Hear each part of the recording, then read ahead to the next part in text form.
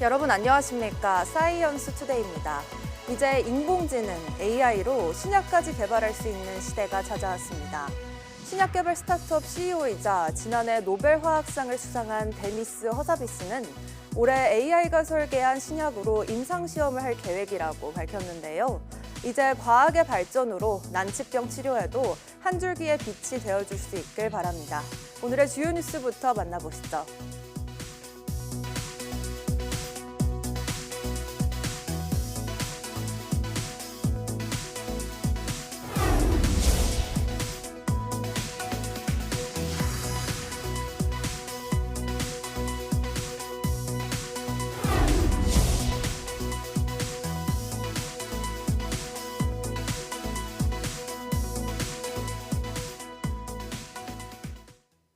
최악의 스모그가 사흘째 이어지면서 어제까지 서울 등 수도권과 충청, 호남까지 9곳에는 고농도 미세먼지 비상저감 조치가 확대 시행됐습니다. 스모그 추가 유입은 없을 것으로 보여 고비는 지났다는 분석이 나오지만 탁한 공기는 이틀 더 머무릅니다. 정혜윤 기자의 보도입니다. 중국에서 서해를 건너 한반도까지 희뿌연 띠가 만들어졌습니다. 서풍을 타고 유입된 스모그입니다. 지난 21일부터 벌써 사흘째입니다. 최근 우리나라는 이동성 고기압의 영향권에서 대기가 정체하고 있어 대기질이 연일 최악을 기록하고 있습니다. 서울 등 수도권과 충남은 이틀째 고농도 미세먼지 비상 저감 조치가 내려진 가운데 새벽 한때 초미세먼지 농도가 평소 10배 수준인 140 마이크로그램까지 치솟았고 한낮에도 평소 3배 수준을 유지했습니다. 강원 영서와 세종, 충북, 광주, 전북 등 5곳에도 비상 저감 조치가 넓혀졌습니다. 남산타워 처음 오기도 해서 경치 좋다고 해서 엄청 기대하고 왔는데 미세먼지 때문에 하나도 안 보여서 조금 아쉬운 것 같아요. 3시간 걸려서 남산타워에 왔는데 경치도 지금 뿌여서 잘 안 보이고요. 먼지가 심해서 언제까지 이럴지 걱정되는 것 같아요.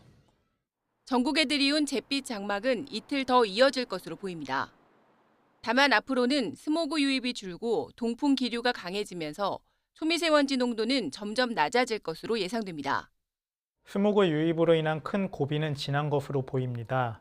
다만 금요일 오전까지는 대기 정체로 곳곳에서 나쁨 수준이 유지되는 곳이 있겠고 금요일 오후부터는 주말 사이 동풍이 강해지며 초미세먼지가 대부분 해소될 것으로 예상됩니다. 주 후반에는 수도권 등 내륙에 내려졌던 비상 저감 조치가 해제되고 초미세먼지 농도도 특보 수준 이하로 차츰 낮아지겠습니다. 다만 주말 전까지 일부 지역에서 안개와 먼지가 뒤엉켜 농도가 높게 올라갈 수 있어 주의가 필요합니다. YTN 정혜윤입니다. 최근 미국 로스앤젤레스에서 최악의 산불이나 막대한 인명재산 피해가 났습니다. 우리나라 동해안 지역도 건조한 날씨와 강한 바람 때문에 대형 산불 위험이 커 각별한 주의가 필요합니다. 송세혁 기자입니다. 동해고속도로 옆 야산에서 검은 연기가 피어오르고 불길이 메마른 산등성이를 따라 빠르게 번집니다. 불은 산림 2,000제곱미터를 태우고 40여 분 만에 꺼졌습니다. 올해 들어 전국에서 발생한 산불은 이미 지난해 같은 기간보다 3배 이상 늘어났습니다. 특히 강원 영동 지역에는 한 달 넘게 건조특보가 내려져 있습니다. 최근 한 달간 이 지역 강수량은 7.5mm로 평년의 5분의 1 수준에 불과하고 겨울답지 않게 눈도 거의 내리지 않았습니다.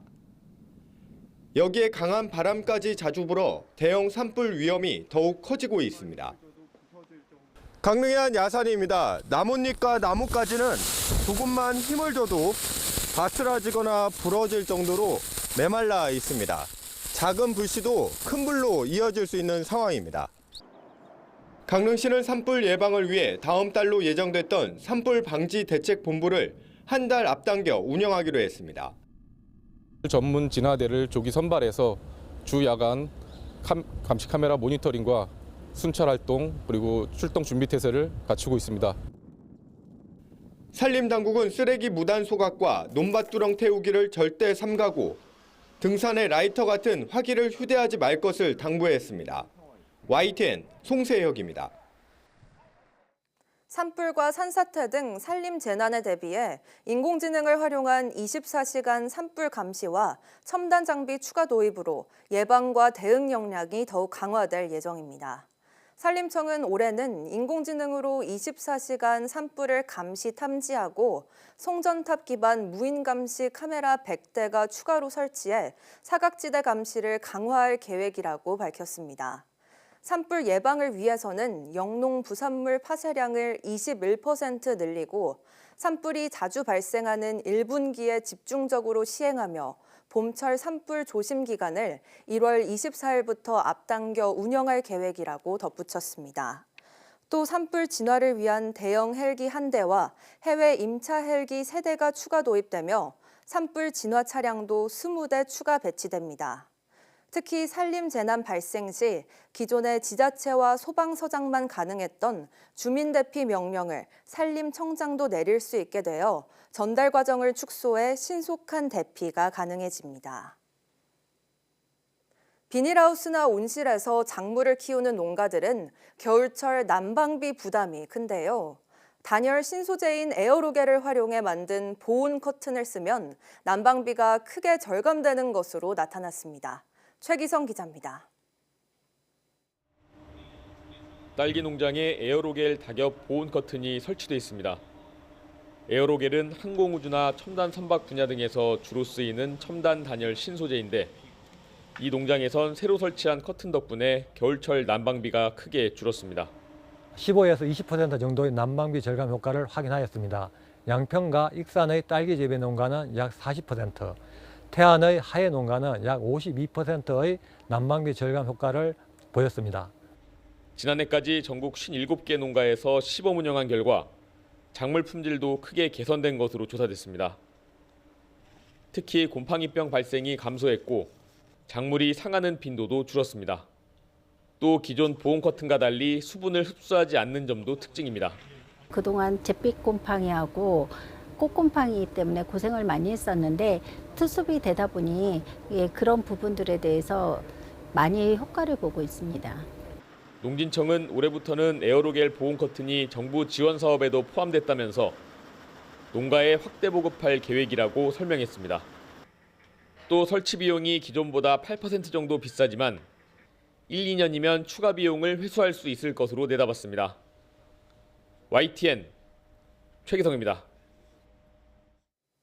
앱이나 터치 대신 말로 스마트폰과 소통하며 생활 속에서 활용하는 AI폰 경쟁이 본격화됐습니다. 삼성전자가 AI 기능을 대폭 강화한 갤럭시 S25를 공개했는데 경쟁 상대인 애플 아이폰의 AI 기능이 100% 구현되지 않은 점을 파고들었습니다. 뉴욕에서 이승윤 특파원입니다. 애플 아이폰과 치열하게 경쟁 중인 삼성전자가 야심차게 공개한 갤럭시 S25. 지난해 출시된 세계 최초의 AI 스마트폰 갤럭시 S24보다 AI 기능이 강화돼 앱을 찾을 필요 없이 말로 소통할 수 있습니다. Find the next 5 Blue Stars FC games and put them in my calendar. Just like that. 인공지능 스마트폰이 사용자의 취향을 분석해 맞춤형 검색과 정보를 제공하는 AI 동반자로 자리 잡게 됐습니다. 이미지와 텍스트 외에 유튜브 등 스마트폰에서 나오는 사운드 검색도 가능하며 통화 내용을 글로 옮기는 기능도 탑재됐습니다. 영상과 사진 속의 특정 인물, 배경, 소음 등을 클릭만으로 제거하고 음량을 조절할 수 있습니다. 애플 아이폰이 AI 기능을 100% 구현하지 못한 점을 파고들며 차별화를 시도한 겁니다. 앱과 터치 기반의 스마트폰이 소비자가 기능을 하나하나 알아야 했다면 S25는 말로 하고 폰이 알아서 추천하고 실행해주는 경험을 즐길 수 있게 만들었습니다. S25 시리즈는 다음 달에 출시되며 국내 판매 가격은 S24 시리즈와 같은 가격으로 동결됐습니다. 전문가들은 올해 갤럭시 신형의 판매량이 지난해보다 6% 늘어난 3,700만 대로 9년 만에 최대를 기록할 것으로 내다봤습니다. 앞으로 세계 스마트폰 시장의 경쟁 판도는 AI를 플랫폼 전반에 통합해 사용자가 쉽게 활용할 수 있게 만드는 AI폰의 혁신이 좌우할 전망입니다. 뉴욕에서 YTN 이승윤입니다. 청소년의 과도한 인스타그램 사용과 부적절한 콘텐츠 노출을 막기 위한 10대 개정이 어제부터 순차적으로 국내에 적용됩니다. 10대 개정이 적용되면 만 14세 이상 18세 이하 청소년의 인스타그램 계정은 비공개로 전환됩니다. 또 팔로우하는 사람과 이미 연결된 사람의 메시지만 받을 수 있고 민감한 내용의 콘텐츠 시청도 제한됩니다. 부모의 관리 감독 기능이 강화되면서 자녀들의 대화 상대를 부모가 볼 수 있으며 이용 시간 제한도 가능해집니다. 오후 10시부터 오전 7시까지는 사용 제한 모드가 설정되고 만 14세부터 16세까지는 부모의 허락이 있어야만 공개 계정으로 바꿀 수 있습니다. 10대 계정은 지난해 9월 영미권에서 처음 도입됐으며 우리나라 도입은 상반기에 마무리될 예정입니다. 생성형 인공지능을 활용해 사용자가 원하는 특성을 갖는 소재를 선택적으로 만들 수 있는 기술이 개발됐습니다. 카이스트 생명화학공학과 김지한 교수 연구팀은 원하는 물성을 가진 금속 유기 골격체를 효율적으로 설계할 수 있는 생성형 인공지능 모델 모퓨전을 개발했다고 밝혔습니다. 모퓨전은 사용자가 원하는 물질의 특성값을 숫자나 카테고리, 텍스트 등 다양한 형태로 입력하면 이에 상응하는 물성의 금속 유기 골격체를 선택적으로 만들어냅니다. 연구팀은 또 금속 유기 골격체의 공급 구조를 더 효율적으로 표현하기 위해 3차원 모델링 기법을 적용했는데 그 결과 기존 모델들에서 보고된 낮은 구조 생성 효율이 81.7%로 크게 향상됐음을 확인했습니다. 국내 연구진이 저압에서도 고체 수소를 안전하게 저장할 수 있는 기술을 개발했습니다. 한국생산기술연구원 연구팀은 수소를 흡수해 고체 상태로 저장할 수 있는 수소 저장 합금을 이용해 10기압 이하의 저압에서도 별도의 압축이나 냉각 없이 상온에서 수소를 저장할 수 있는 기술을 개발했다고 밝혔습니다. 또 10기압 이하의 환경에서 수소 5.6kg을 저장할 수 있고 기존에 사용하는 고압 방식보다 절차가 간편화돼 비용적인 측면에서 효율적이라고 설명했습니다. 연구팀은 액화수소와 유사한 저장 밀도를 구현하고 충전과 방출 과정에서도 안정성을 확보했다며 도심이나 발전소 등에서 대량의 수소를 안전하게 저장할 수 있도록 만들겠다고 덧붙였습니다.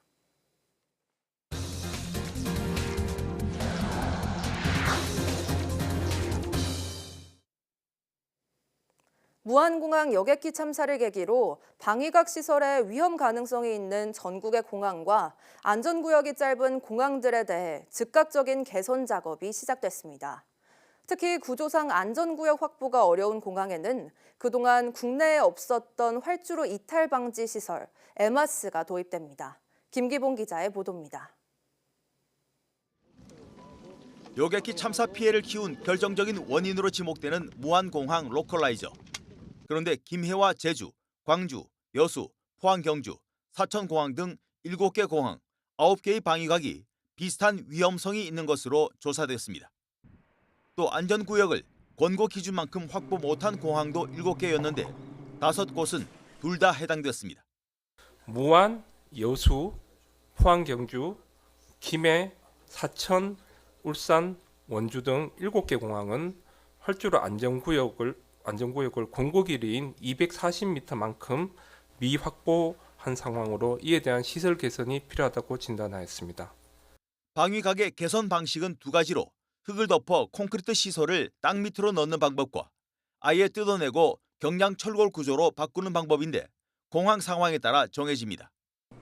방위각 기초대 높이가 비교적 낮은 광주, 포항 경주, 김해, 사천 공항은 땅 밑으로 넣는 방식으로 둔덕이 4m로 높은 여수공항과 사고가 난 무안공항은 분덕을 없애기로 했습니다.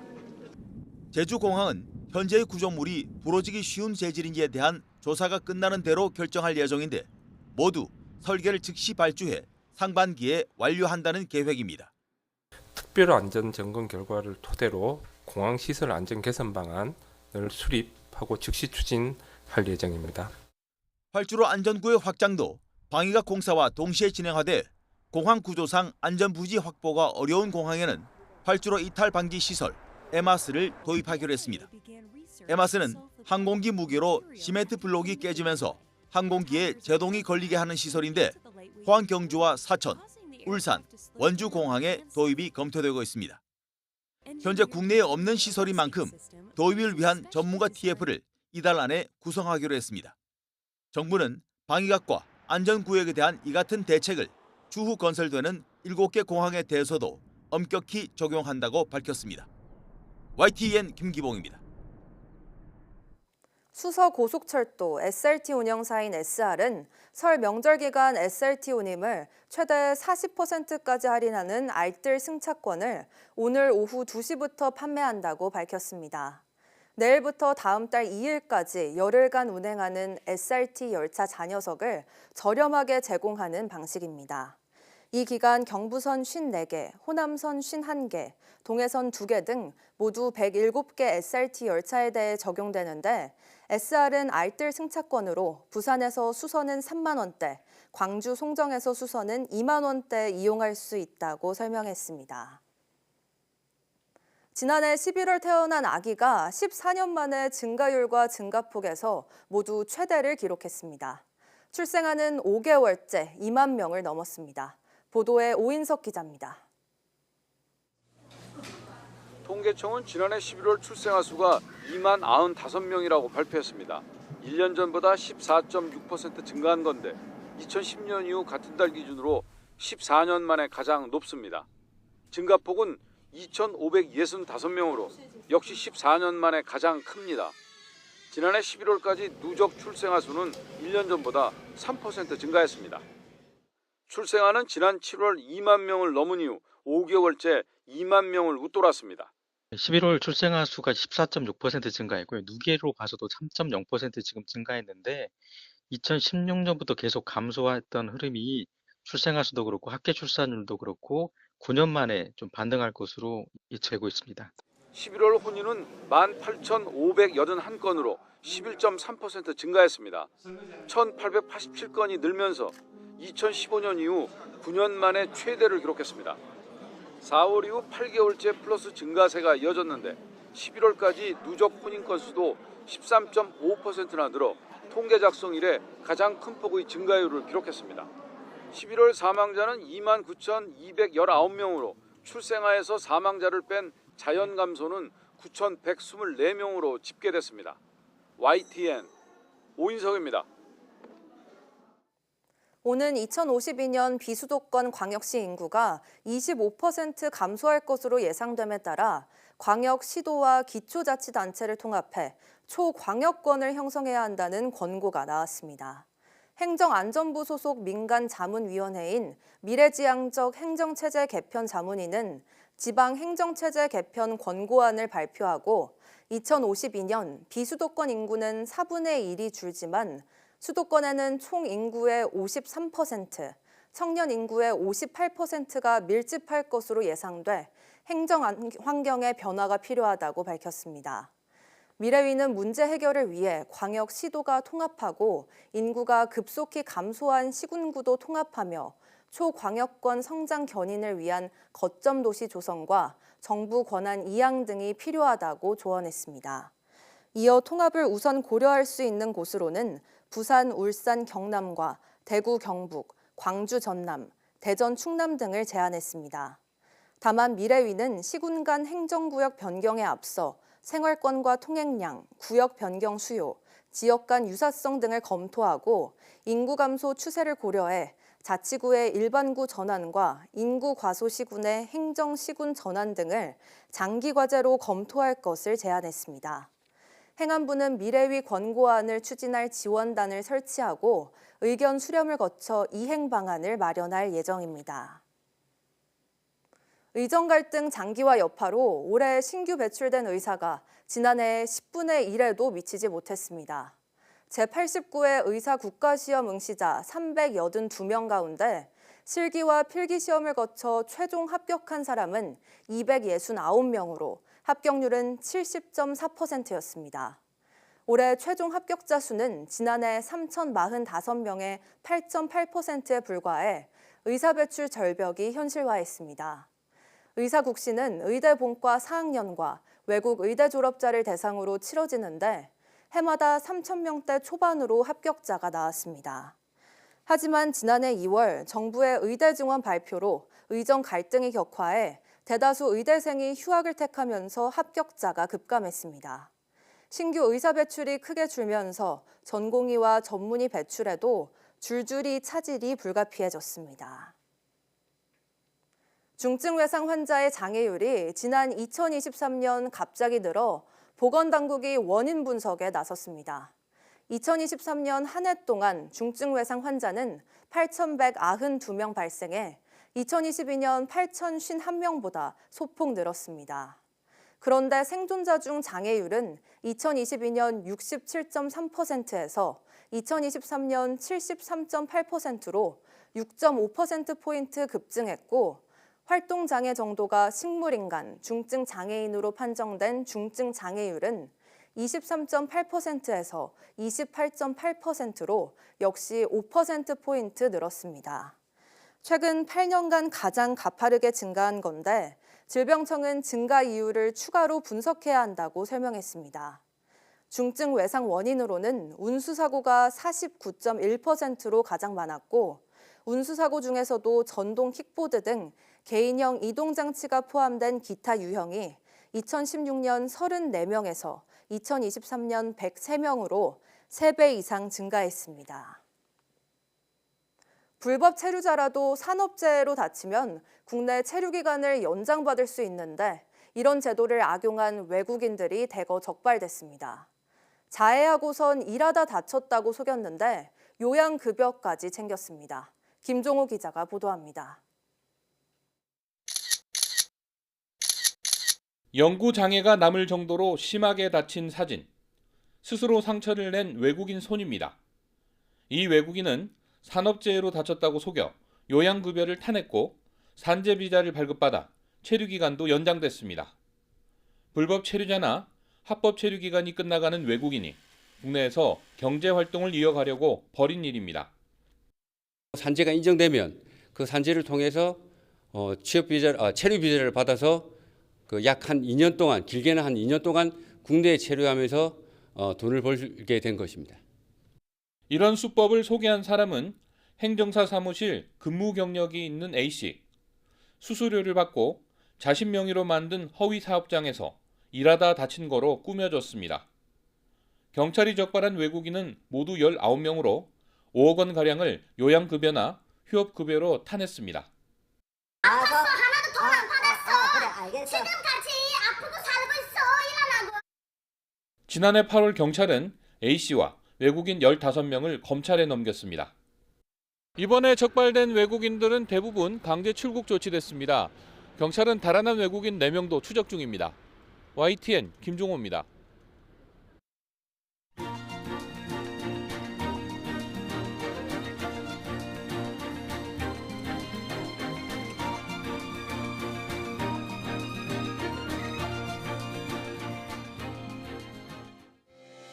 (1월 23일) 오전 사이언스 투데이 마칩니다. 오후 뉴스도 많은 시청 바랍니다. 시청해주신 여러분 고맙습니다.